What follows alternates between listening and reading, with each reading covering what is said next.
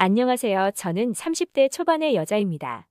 누구나 그렇듯이 처음부터 이혼을 생각한 건 아니었지만 불가피하게 이혼녀라는 타이틀을 얻게 되었습니다. 사실 저는 이혼녀라는 타이틀이 저에게 흠이 된다고는 생각하지 않습니다. 전 남편처럼 돈도 없이 쫓겨나고 이혼남 타이틀까지 얻는다면 그런 게 흠이니까요. 남편과 저는 취업 준비를 위해 토익 학원을 다니다 만나게 되었습니다. 힘든 시기에 만나서 서로 짜증만 내고 싸울 수도 있었지만 저희는 서로의 고충을 누구보다 잘 이해해주면서 빠르게 가까워지기 시작했습니다.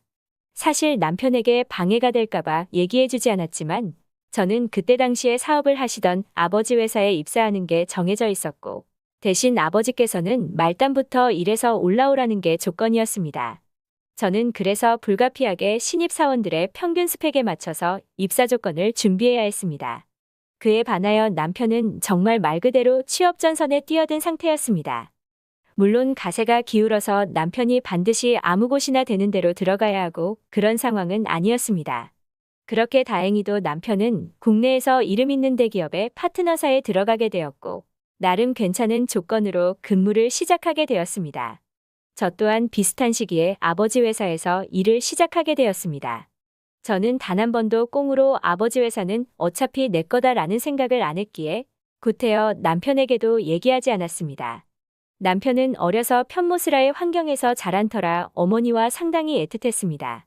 저도 처음에는 그게 문제가 된다고 생각하진 않았습니다.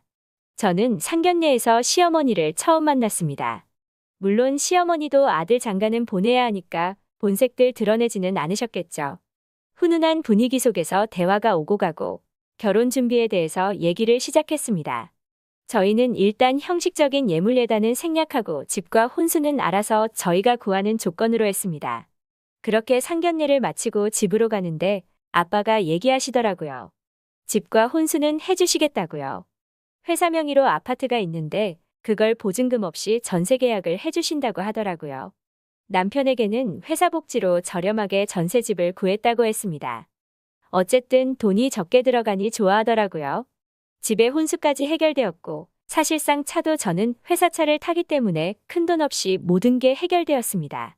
그렇게 저희는 큰 잡음 없이 결혼을 하였고 저희의 신혼생활은 시작되었습니다. 그때부터 시어머니와의 마찰은 시작되었습니다. 처음에는 안부인 것처럼 아들을 잘 부탁한다면서 연락이 왔습니다. 그때까지만 해도 저도 시어머니에게 잘 부탁드린다면서 겉으로는 훈훈한 분위기를 연출하고 있었죠. 그렇게 3달이 채 지나지 않았을 때 남편이 얘기하더라고요. 자기 엄마 집 구경 시켜줘도 되냐고요. 그래서 당연히 된다고 했죠.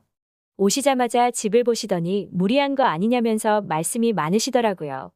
우리 아들 힘들게 키워서 이제 좀 행복하게 사나 했는데 무리한 거 아니냐면서 저를 바라보시더라고요. 남편도 거기서 농담 삼아 좀 무리했다고 웃으면서 얘기하는데 시어머니는 정색하시면서 저한테 집이야 오래오래 살면 그래도 남는 장사지만 자기 아들이 힘들게 돈 벌어오는데 씀씀이 크게 돈 허투루 쓰면 안 된다고 하시더라고요. 저는 좀 어이가 없었지만 웃으면서 알았다고 했습니다. 그렇게 어머니 모시고 식사를 시작하는데 저희는 맞벌이에다가 제가 요리에 소질도 없고 해서 밀키트를 자주 사다 먹거든요. 그래서 시어머니께도 밀키트로 조리해드렸더니 해먹으면 훨씬 싼데 이런 식으로 과소비하면 안 된다면서 계속 아껴 써야 된다고 하시더라고요. 저도 농담 삼아서 저도 돈 못 벌지는 않는다고 하자 들은 척도 안 하시더라고요. 그렇게 어머니가 떠나시려는 찰나에 비가 오기 시작해서 제가 먼저 선뜻 차로 모셔다 드리겠다고 했습니다. 그랬더니 아니라고 아들 피곤하니까 그냥 대중교통 타신다고 하시더라고요.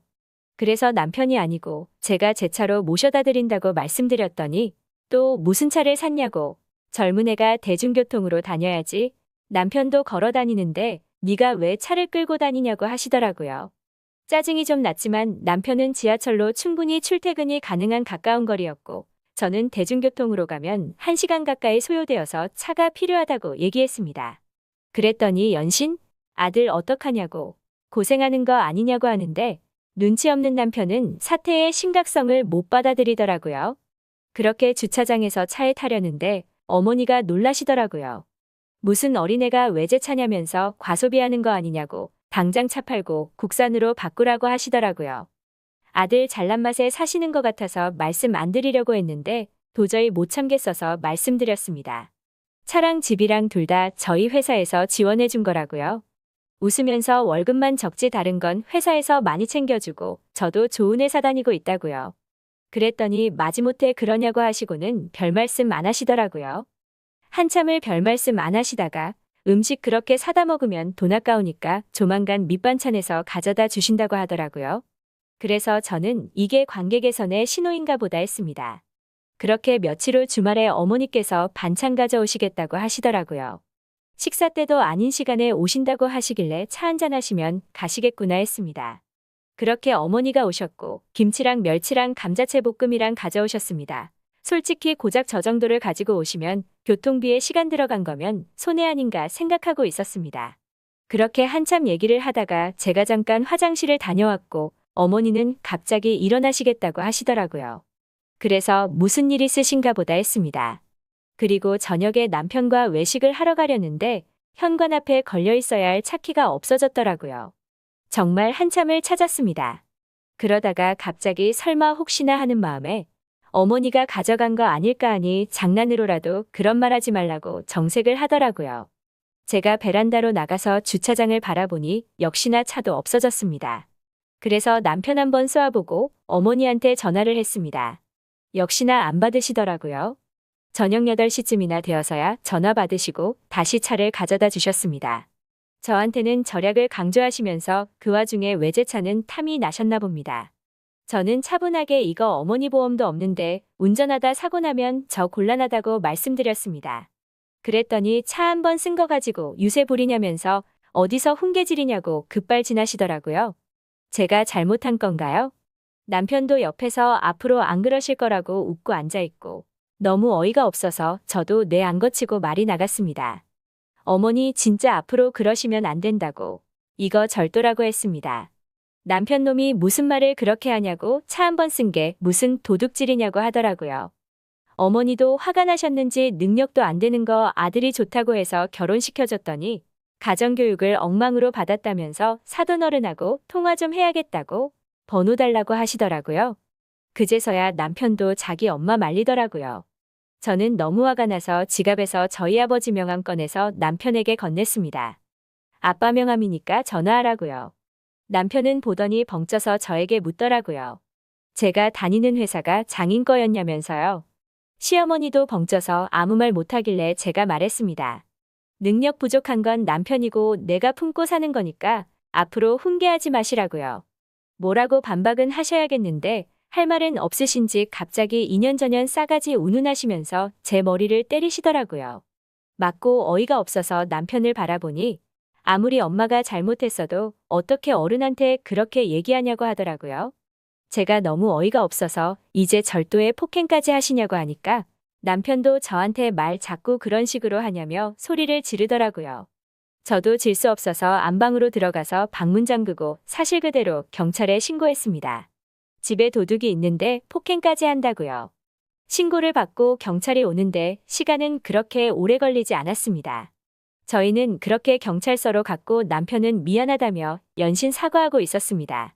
추후에도 이 남자는 고부 갈등이 생기면 자기 엄마 편을 들 사람이라는 판단이 섰고 저는 이혼을 마음먹었습니다.